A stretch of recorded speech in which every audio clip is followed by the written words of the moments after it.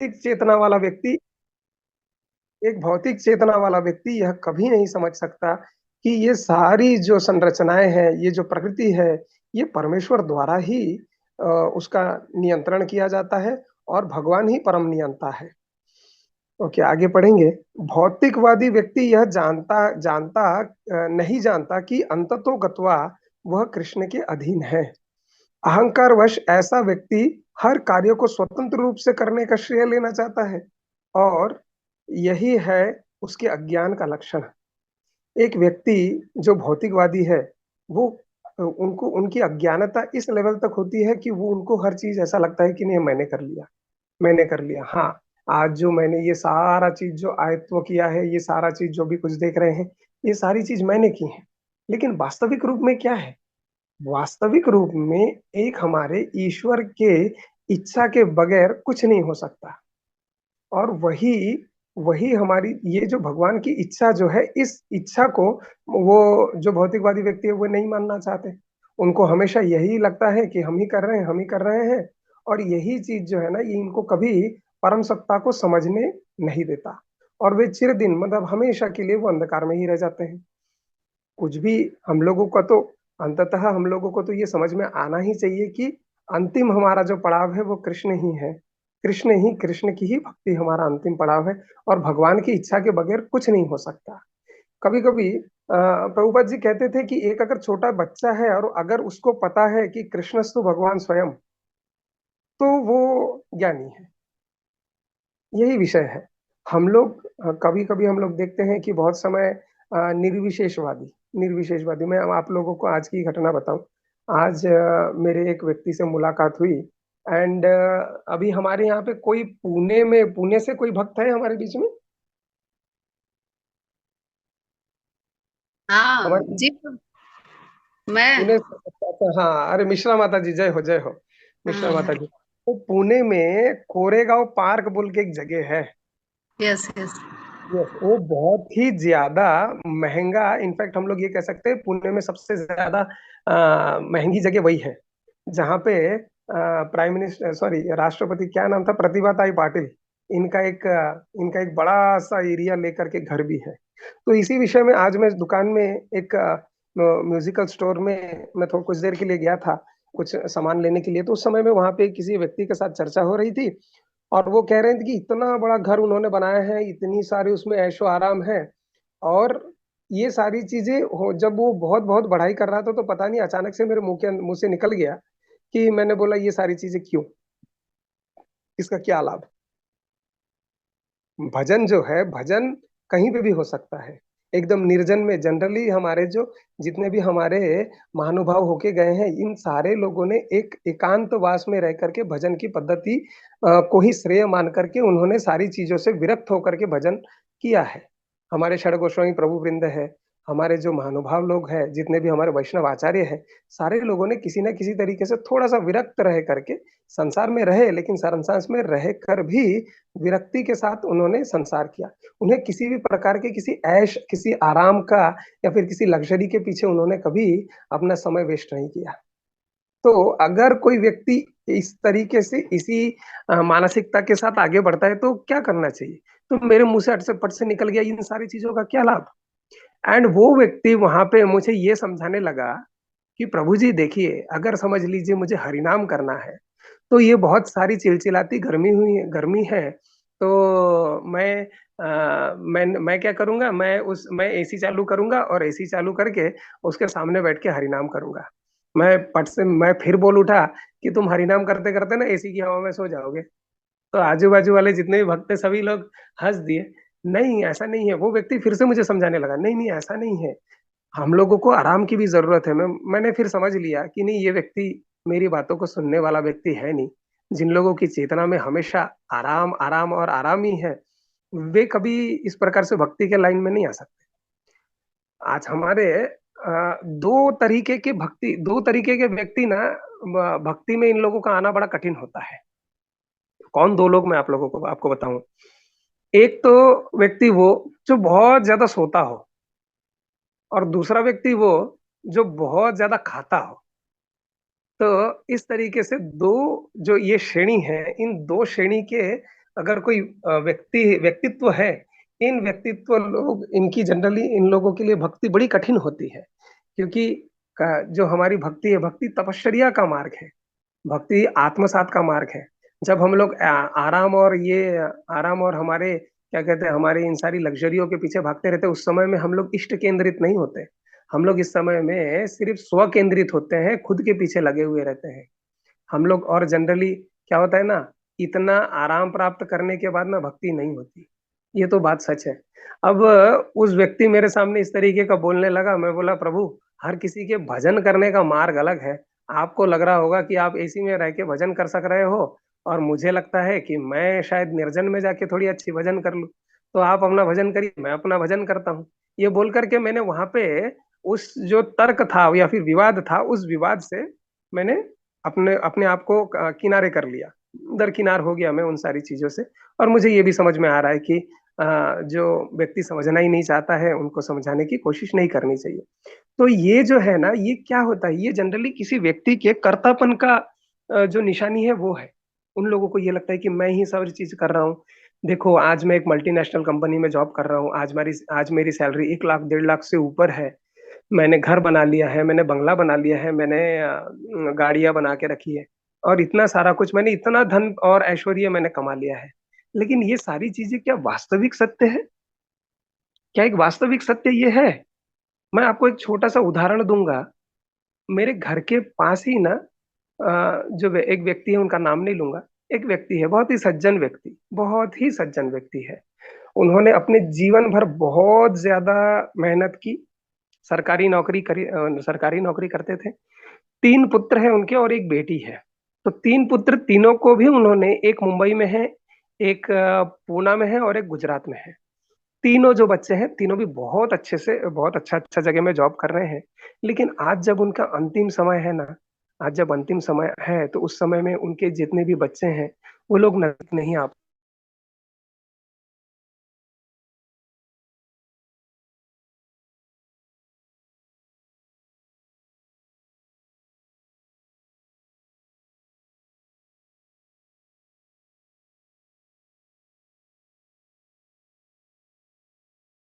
मुझे म्यूट हो गया क्या?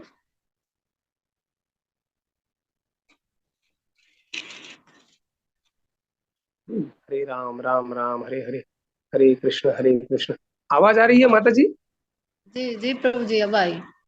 हाँ हाँ, मेरे यहाँ पे थोड़ा सा नेट का समस्या है, इसीलिए ये भी एक कारण है कि मैंने वीडियो ऑफ करके रखा है, ताकि नेट में ज्यादा कंजम्पशन न हो, और आप लोगों को अच्छे से मेरी आवाज सुनाई आ सके। तो वो जो अंकल है, वो अंकल हमेशा अपने बिस्तर के ऊपर पड़े हुए हैं, मरणासन्न है अभी। लेकिन उनके आसपास कोई नहीं है, सिर्फ उनकी वृद्ध पत्नी के अलावा। तो तो क्या हम लोग ये सारी चीजें समझ लें कि इस दुनिया में हमने इतना कमाया, इतना सारा घर बनाया, इतने सारे लोगों को सक्षम बनाया, और वो सक्षम बनाने के बाद हमारी दुर्गति ये है कि अंतिम समय में हमारे आजू बाजू में खड़े रहने के लिए भी कोई नहीं है। ये है भौतिकता। ये है भौतिकता। भागवत जी का वो मुझे अंतिम का प्रच्छेद याद आ रहा है, जिसमें सुखदेव गोस्वामी जी महाराज कह रहे हैं कि एक कलयुग, एक ऐसा समय होगा, देखना, एक एक जो मटका है, एक मटके से 4 मटके भर जाएंगे, लेकिन 4 मटका मिलकर के भी एक मतलब एक घड़े को भर नहीं पाएंगे। एक घड़ा जो है वो 4 घड़ों को भर देगा, लेकिन 4 घड़े मिलकर भी एक घड़े को भर नहीं पाएंगे। ये है कलियुग का सिद्धांत। तो वही है, यहाँ पे हम लोगों का जो अहंकार है वो अत्यंत सूक्ष्म होता है, जिसमें हम लोग ये सोचने लगते हैं कि जिस समय में हम लोग ही करता है ये सारी चीजें जो है, ये हमने ही किया है, हमारा कोई कुछ नहीं बिगाड़ सकता। ये हमारी अत्यंत दुर्बल मानसिकता है जो हमारे ऊपर काम करती रहती है। तो अज्ञानी व्यक्ति यहाँ भूल जाता है कि भगवान ऋषिकेश कहलाते हैं, अर्थात, अच्छा एक मिनट, हाँ, अंततः सारे शारीरिक, ओके, उसे यह ज्ञात नहीं कि उसके इस स्थूल तथा सूक्ष्म शरीर की रचना प्रकृति द्वारा भगवान की अध्यक्षता में की गई है। अतः उसके सारे शारीरिक तथा मानसिक कार्य कृष्ण भावनामृत में रहकर कृष्ण की सेवा में तत्पर होने चाहिए।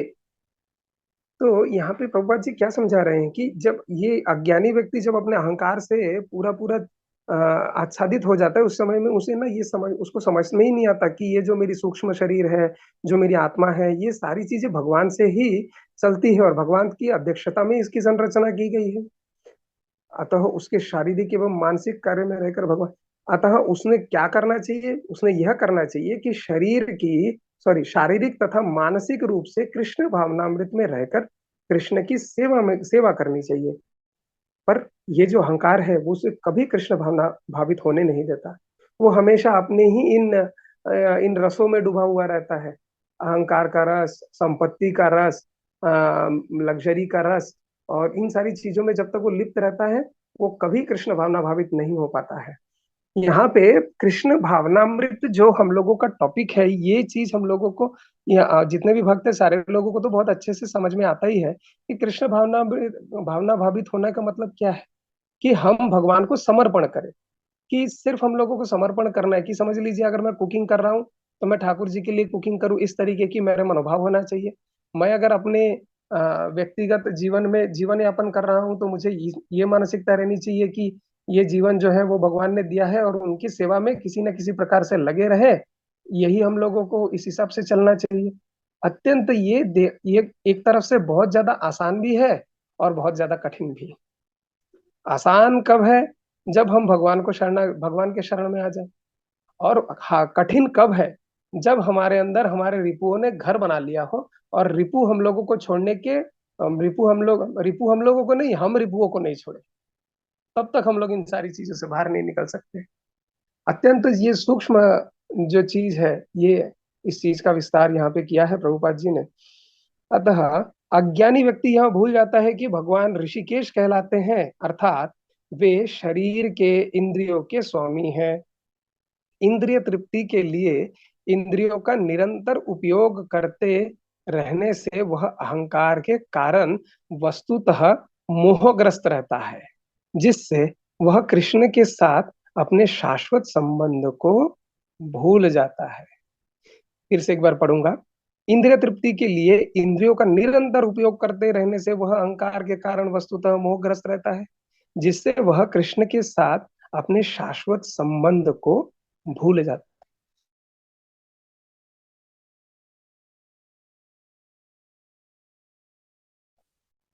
राम राम राम, हरे हरे। थोड़ा सा नेट का समस्या है, मुझे ऐसा लग रहा है, बार बार नेट से डिस्कनेक्ट हो रहा है। अच्छा, तो ये यहाँ पे जो हम लोगों ने अभी पढ़ा कि इंद्रिय तृप्ति के लिए इंद्रियों का निरंतर उपयोग, तो यहाँ मुझे वही प्रकरण मुझे याद आता है, जैसे कि मेरे सामने वाले व्यक्ति ने मुझे बोला कि एसी में बैठ करके हरिनाम करेंगे तो आनंद, मतलब आनंद से हरिनाम कर पाएंगे। और मैंने उनको बोला कि एसी के सामने बैठे हरिनाम करोगे तो सो जाओगे, हरिनाम नहीं होगा। तो क्या होता है ना कि जो जीव आत्मा है ना, वो इंद्रियों का उपभोग करते हुए और इतना सुख और क्या कहते हैं, सुख और ऐश्वर्य के पीछे में इतना ज्यादा ललायत हो जाता है ना कि वो जो संबंध है अपने भगवान से, उन चीजों को धीरे धीरे भूलने लगता है। संबंध इन द सेंस, संबंध ऐसा कि हमारी चेतना में से भगवान बाहर निकलने लगते हैं। तब हम लोगों को ना हमारी इंद्रिय सुख ही दिखता है। इंद्रिय सुख कैसे दिखता है, हम लोगों को लगता है नहीं बस अभी बहुत सारा सुंदर सुंदर स्वादिष्ट सा भोजन आ जाए और उसके बाद में बढ़िया सा एक बढ़िया सा बिस्तर लग जाए और मैं बढ़िया सा सो जाऊं। तो इस तरीके से जो हमारी आराम पूर्वक जो जीवन है ना, आराम पूर्वक जीवन, फिर बाद में कहीं पे हम लोगों को जाना है तो कार के अंदर बैठ जाएंगे और बोलेंगे एसी चालू करो, एसी चालू करो, बहुत गर्मी लग रही है। फिर किसी के घर गए तो वहां पर जाके जे कूलर चालू करो, कूलर चालू करो, बहुत गर्मी लग रही है।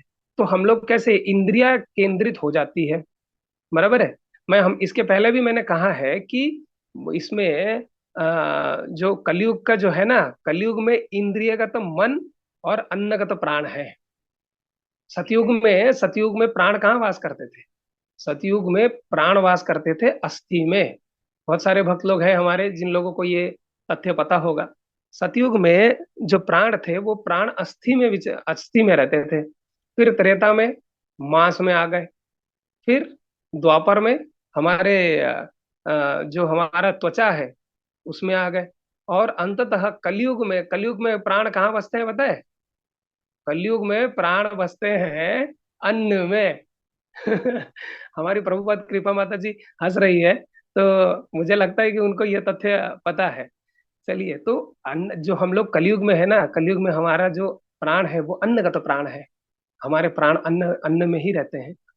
तो यहाँ पे हम लोग देखते हैं कि इंद्रिया तृप्ति के पीछे में हम लोग इतना मतलब भूल जाते हैं कि ना हमारा जो संबंध है ईश्वर से, वो हम लोग भूलने लगते हैं। और यही हमारे पतन का कारण होता है। यही सबसे बड़ा हम लोगों का कारण होता है। और इसमें सबसे ज्यादा जो सहयोगी फैक्टर होता है वो है अहंकार। जैसे ही हम लोग थोड़ा सा हमारे पास कुछ अर्थ, मान, यश इत्यादि हम लोगों को मिलने लगे, तब हम लोग ना इसी में गोचर करते रहते हैं। इसी में हम लोग गोते लगाते रहते हैं। और हम लोग हमारे इष्ट को भूल जाते हैं। लेकिन ये नहीं समझ पाते कि अंततः हम लोगों को भगवान के शरणागति ही जाना है। अगर हम लोग भगवान के शरणागत नहीं हो पाए तो क्या होगा? हम लोगों को फिर से पुनरापि जन्मम, पुनरापि मरणम, पुनरापि जननी जठरे शयनम, फिर से यही बर्थ और डेथ का जो हम लोगों का लाइफ साइकिल है, इसको कंटिन्यूअसली हम लोगों को चलते रहना पड़ेगा। ठीक है। तो इसके ये इसी प्रकार हम लोगों का जो 27वां नंबर का श्लोक था उसको हम लोगों ने पूरा किया। अब 28वें नंबर के श्लोक के ऊपर जाएंगे। तत्ववित्तु महाबाहो गुण कर्म विभागयो गुणागुणेषु वर्तन्तः इति मत्वा न सज्जते। तत्ववित्तु महाबाहो गुण कर्म विभागयो गुणागुणेषु वर्तन्ते इति मत्वा न सज्जते। शब्दों के अर्थ पढ़ेंगे। तत्वविद, परम सत्य को जानने वाला, तू, लेकिन, महाभावो, हे विशाल भुजाओं वाले, गुण कर्म, भौतिक प्रभाव के अंतर्गत कर्म के, विभागयो, भेद के, गुणा, इंद्रिया, गणेशु, इंद्रिय तृप्ति में, वर्तनते, तत्पर रहती है। इति, इस प्रकार, मत्वा, मानकर, न, कभी नहीं, सज्जते, आसक्त होता है। हे महाभाव, हे महाबाहो, भक्ति भावमय कर्म तथा सकाम कर्म के भेद को भली भांति जानते हुए जो परम सत्य को जानने वाला है, वह कभी भी अपने आप को इंद्रियों तथा इंद्रियोत्पत्ति में नहीं लगाता। भगवान ने कितने सरल भाव से और कितना क्लियर उन्होंने बोल दिया कि भक्ति भावमय कर्म तथा सकाम कर्म। भक्ति भावमय कर्म क्या है? जब हम लोग भक्ति भाव से कोई चीज करने लगे, कि ये अभी समझ लीजिए, जैसे मैं अभी ऑफिस जा रहा हूँ, तो मैं ऑफिस जा रहा हूँ, तो वो जो ऑफिस का मेरा कर्म है ना, वो मैं ये सोच करके कर रहा हूँ, ठाकुर जी अगर मैं ऑफिस जाऊंगा तो ये मेरे क्या कहते हैं, ये मेरे मैं इससे अपना परिवार चलाऊंगा, और साथ में जो है इसमें से जो मुझे धन उपार्जन होगा मैं आप ही के सेवा में लगाऊंगा। इस तरीके से वो ऑफिस का काम करता है। उसके बाद घर में आके जो हमारी माता जी लोग हैं, माता जी लोग जब कुकिंग करती है, तो कुकिंग करते हुए उन लोगों की मानसिकता क्या होती है? उन लोगों की मानसिकता ये होती है कि वे ये सोचती नहीं मैं भगवान के लिए भोग बना रही हूँ। और उसके बाद जब हम लोग कोई भी चीज करते हैं, अगर वो कृष्ण भावना संपन्न है, तो वे कभी कर्म के बंधन में बंध नहीं सकते। क्यों? क्योंकि उन लोगों को बहुत अच्छे से ये पता होता है कि ये जो कर्म है, वो कर्म मैं अपने लिए नहीं कर रहा हूँ, मैं ये अपने इष्ट के लिए कर रहा हूँ, मैं अपने भगवान के लिए कर रहा हूँ। तो भगवान वही समझा रहे हैं कि भक्ति भावमय कर्म तथा सकाम कर्म यही है, जब हमारी खुद की कामनाओं के लिए जो कर्म होते हैं वो। तो सकाम कर्म के भेद को भली भांति जो जानते हुए जो परम सत्य को जानने वाला होता है, जो ये जानते हैं कि एक हमारे कृष्ण ही है सब कुछ, और हमें जो कुछ करना है वो कृष्ण के लिए ही करना है, ये जो सत्य को जानते हैं, वह कभी भी अपने आप को इंद्रियों तथा इंद्रिय तृप्ति में नहीं लगाता। उनके लिए तो जिनकी मानसिकता इस तरीके से कृष्ण भावनामय हो गई है, उनके लिए तो मतलब अभी क्या ही बोलेंगे। उनके लिए तो सारी जो वस्तुएं हैं वो कृष्ण के भोग के लिए ही है, और हम लोग उसके बाद हम लोगों को जो भी भोग, हम लोगों को जो प्रसाद मिल जाए। अब एक साधारण सा वस्तु मैं आप लोगों को समझाना चाहूंगा, बताना चाहूंगा। उसमें यह है कि समझ लीजिए, हम लोग अगर कृष्ण ठाकुर जी के लिए अगर हम लोग भोग बना रहे हैं, तो हमारे हमारी बुद्धि में ये है कि हम लोग ठाकुर जी के लिए भोग बना रहे हैं। तो इसमें क्या होगा? हमारी जो चेतना है वो चेतना इतनी शुद्ध है कि वो हमारे खुद के इंद्रियों के पीछे नहीं भाग रही है। मैं ये सोच करके खाना, ये मतलब वो भोग ये नहीं बना रहा हूँ, जो कुकिंग कर रहा हूँ, जो रंधन कर रहा हूँ, वो ये बुद्धि के साथ नहीं कर रहा हूँ कि नहीं मैं इतना टेस्टी बनाऊंगा और मुझे खाने में खूब आनंद आएगा, और क्या बोलते हैं, मेरे जितने भी परिजन हैं उन लोगों को भी ये सारी चीजें खाने में बहुत आनंद आएगा। इस तरीके की इन लोगों की मानसिकता बनती नहीं है। इन लोगों की ना ही उनके मन में इस प्रकार का कोई विचार आता है। तो जब कोई शुद्ध चेतना से भगवान को उद्देश्य करके इस प्रकार का भोग बनाने की कोशिश करे, तो उस समय में क्या होता है कि भोग या फिर जो प्रसादी बनती है, जो भी हम लोगों का खाद्य पदार्थ बनता है, वो इतने गुणमय हो जाते हैं। प्रसाद का तो गुण अलग ही है, और वो इस प्रकार से गुणमय हो जाते हैं कि उसका फलस्वरूप हम लोगों को देखने को मिलता है। कैसे देखने को मिलता है? ऐसे देखने को मिलता है कि हम लोग उस समय में हमारी चेतना इस तरीके से होती है कि हम लोग स्वार्थ बुद्धि या आत्म केंद्रित नहीं बनते। हम लोग ये नहीं सोचते कि मैं ये सारी चीजें अपनी इंद्रिय तृप्ति के लिए कर रहा हूँ। मैं इसीलिए कर रहा हूँ क्योंकि मेरे भगवान के लिए कर रहा हूँ। और ये अल्टीमेटली हम लोगों को धीरे धीरे क्रमशः शरणागति तक लेके जाता है। भगवान के चरणों में हर चीज जो भी मैं करूँ, भगवान वो सारी चीजें आपके लिए है। इस तरीके से हम लोगों को धीरे धीरे क्रमानुगत से हम लोग धीरे धीरे इसी प्रकार आगे बढ़ते हैं भगवान की चेतना की ओर। चलिए इसका तात्पर्य पढ़ेंगे। परम सत्य को जानने वाला भौतिक संगति में अपनी विषम स्थिति को जानता है। वह जानता है कि भगवान कृष्ण का वह वह जानता है कि वह भगवान कृष्ण का अंश है, और उसका स्थान इस भौतिक सृष्टि में नहीं होना चाहिए। एकदम स्पष्ट बता रहे हैं। वह अपने वास्तविक स्वरूप को भगवान के अंश के रूप में जानता है, और जानता है जो सच्चिद आनंद है, और उसे यह अनुभूति रहती है कि मैं किसी कारण से देहात्म बुद्धि में फंस चुका हूं। अपने इस अस्तित्व के शुद्ध अवस्था में उसे सारे कार्य कृष्ण की सेवा में नियोजित करने चाहिए। यह क्या समझा रहे हैं प्रभुपाद? यहाँ पे ये बता रहे हैं प्रभुपाद कि जो परम सत्य को जानने वाला व्यक्ति है, एक एक साधारण व्यक्ति जो जानता है ना कि ईश्वर कृष्ण ही है और हम लोगों का जीवन कृष्ण भक्ति के लिए ही है, वो परम सत्य को जानने वाला व्यक्ति है। वो क्या करता है, वो भौतिक संगति में अपनी विषम स्थिति को समझने लगता है कि हम लोग अगर इस पृथ्वी में हम लोग हैं, या फिर हम लोग इस धरातल में हैं, तो यहाँ पे हम लोगों को नहीं रहना चाहिए था। ये चीज भी उसे पता है। तो उसी के फलस्वरूप वो क्या करता है कि इस सृष्टि से हम लोगों को बैक टू गॉडहेड कैसे जाना है, या फिर हम लोगों को किस तरीके कृष्ण भक्ति में लगना है, उसकी चेतना, उसकी बुद्धि, वो सारी चीजें उसी के पीछे लगी हुई रहती है। इसका ये कारण क्यों क्या है?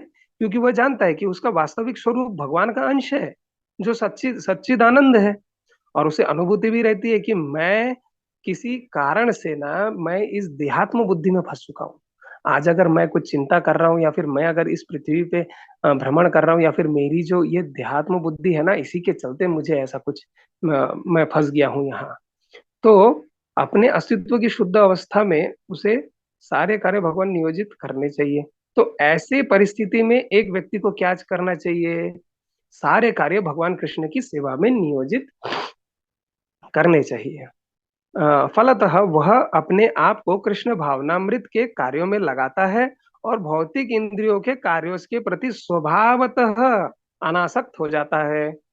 अभी देखेंगे कि हम लोग जैसे ही कृष्ण भावनामृत में धीरे धीरे आगे बढ़ने लगते हैं, तो हम लोगों की ना ये सारी रुचियां खत्म होने लगती है। एक कृष्ण भावना भावित व्यक्ति जो होता है ना, उसके लिए चिंता का कारण क्या होता है पता है? उनके लिए चिंता का कारण ये नहीं होता कि आज सब्जी कैसी बनी, आज दाल कैसा बना, आज सब्जी में रोटी नहीं थी, सॉरी, आज सब्जी में नमक नहीं था। ये सारी चिंताएं उनकी रहती ही नहीं है। उनकी चिंताएं कैसी होती है पता है? उन लोगों की चिंताएं होती है, आज ना मेरा माला नहीं हुआ, आज ना ठाकुर जी के दर्शन नहीं कर पाया मैं, आज ना किसी कारणवश भगवान का श्रृंगार तो किया, लेकिन श्रृंगार करने के बाद ना मेरा मन नहीं भरा, आज मैं हरिनाम करते हुए ना मेरा मन नहीं लगा। ये उसके चिंता का कारण होता है। ये उसके चिंता का कारण होता है। वो ये छोटी मोटी चिंताओं के पीछे में नहीं भागता। बहुत समय देखा गया है कि ऐसे बहुत समय बड़े बड़े चीजों से भी लोगों को, मतलब भक्तों को फर्क नहीं पड़ता। आज तो हमारे पास समय कम है, लेकिन फिर भी मैं आप लोगों को बताना चाहूंगा वृंदावन में एक रसगुल्ला बाबा है। अभी तो शायद उन्होंने देहर छोड़ देता है, शरीर छोड़ दिया होगा। तो रसगुल्ला बाबा जो है, रसगुल्ला बाबा और हमारे एक दूसरे बाबा, रसिक बाबा, रसिक, रसिक पागल, दो भक्त। तो क्या हुआ, रसगुल्ला बाबा जो है ना, रसगुल्ला बाबा के रसगुल्ला बाबा के यहाँ पे किसी का देहांत हो गया। अभी देहांत होने के बाद बाबा खूब रोने लगे, खूब रोने लगे, खूब रोने लगे। और रोने के बाद ना सारे लोग देख रहे हैं, अरे रसगुल्ला बाबा क्यों रो रहे हैं, रसगुल्ला बाबा क्यों रो रहे हैं। तो तभी रसिक पागल बाबा आए सब पास में, और पास में आने के बाद वो बोल रहे हैं कि देखो, तुम्हें, आप किस लिए रो रहे हैं ये तो मैं समझ सकता हूँ, और कोई नहीं समझ पाएगा। बाजू में कोई आगंतुक था, उन्होंने बोल दिया कि आप, कि ठीक है बता दीजिए रसगुल्ला बाबा क्यों रो रहे हैं। तो बोलते हैं, रसगुल्ला बाबा तो इसीलिए रो रहे हैं कि उनको तो सूतक लग गया है, अब वो 10 दिन तक भगवान का दर्शन नहीं कर पाएंगे। ये इसीलिए नहीं रो रहे हैं कि इसी प्रकार की घटना जो है, इसी प्रकार का नाथ द्वारा में जो हमारा रामानुज संप्रदाय में है, वहां पे भी इस प्रकार की एक घटना है। कभी और अगर हम लोगों को समय मिला तो जरूर आप लोगों को बताऊंगा। तो इस प्रकार से कृष्ण भावना भावित जो व्यक्ति होता है ना, उसकी चेतना।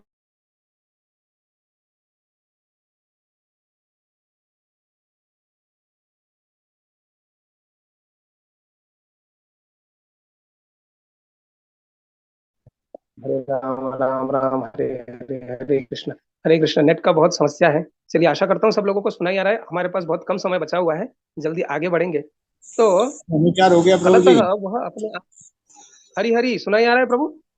आज सुनाई आ रहा है, लेकिन टाइम भी हो रहा है। बस बस बस 2 मिनट में हम लोग समाप्त करेंगे। ठीक है, फलतः ठीक। फलतः वह अपने आप को कृष्ण भावनामृत के कार्यों में लगाता है, और भौतिक इंद्रियों के कार्यों के प्रति स्वभाव तो अनासक्त हो जाता है। क्योंकि ये परिस्थिति जन्य तथा ये परिस्थिति जन्य तथा अस्थाई है।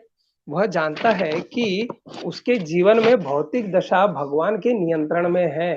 फलतः वह फलतः सभी प्रकार के भौतिक बंधनों से विचलित नहीं होता, क्योंकि वह इन्हें भगवत कृपा मानता है। भागवत के अनुसार जो व्यक्ति परम सत्य को ब्रह्म, परमात्मा तथा श्री भगवान, इन 3 विभिन्न रूपों से जानता है, वह तत्वविद कहलाता है, क्योंकि वह परमेश्वर के साथ अपने वास्तविक संबंधों को जानता है।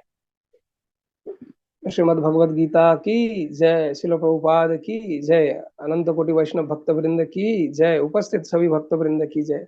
बहुत ही सुंदर का आज का टॉपिक रहा। आप सभी भक्तों ने बहुत धैर्य के साथ सुना, और आज का जो ऐसा संदर्भ था जिसके ऊपर बहुत सारी कथाएं हैं, कभी हम लोगों को और समय मिला तो हम लोग जरूर इस विषय में चर्चा करेंगे। आज के लिए इतना ही। हरे कृष्णा। हरे कृष्णा सभी को। हरे कृष्णा, दंडवत प्रणाम प्रभु जी। हरे कृष्णा प्रभु जी। हरे कृष्णा माता जी। हरे कृष्णा हरि बोल हरि बोल हरि बोल। हरे बोल जी, हरे बोल।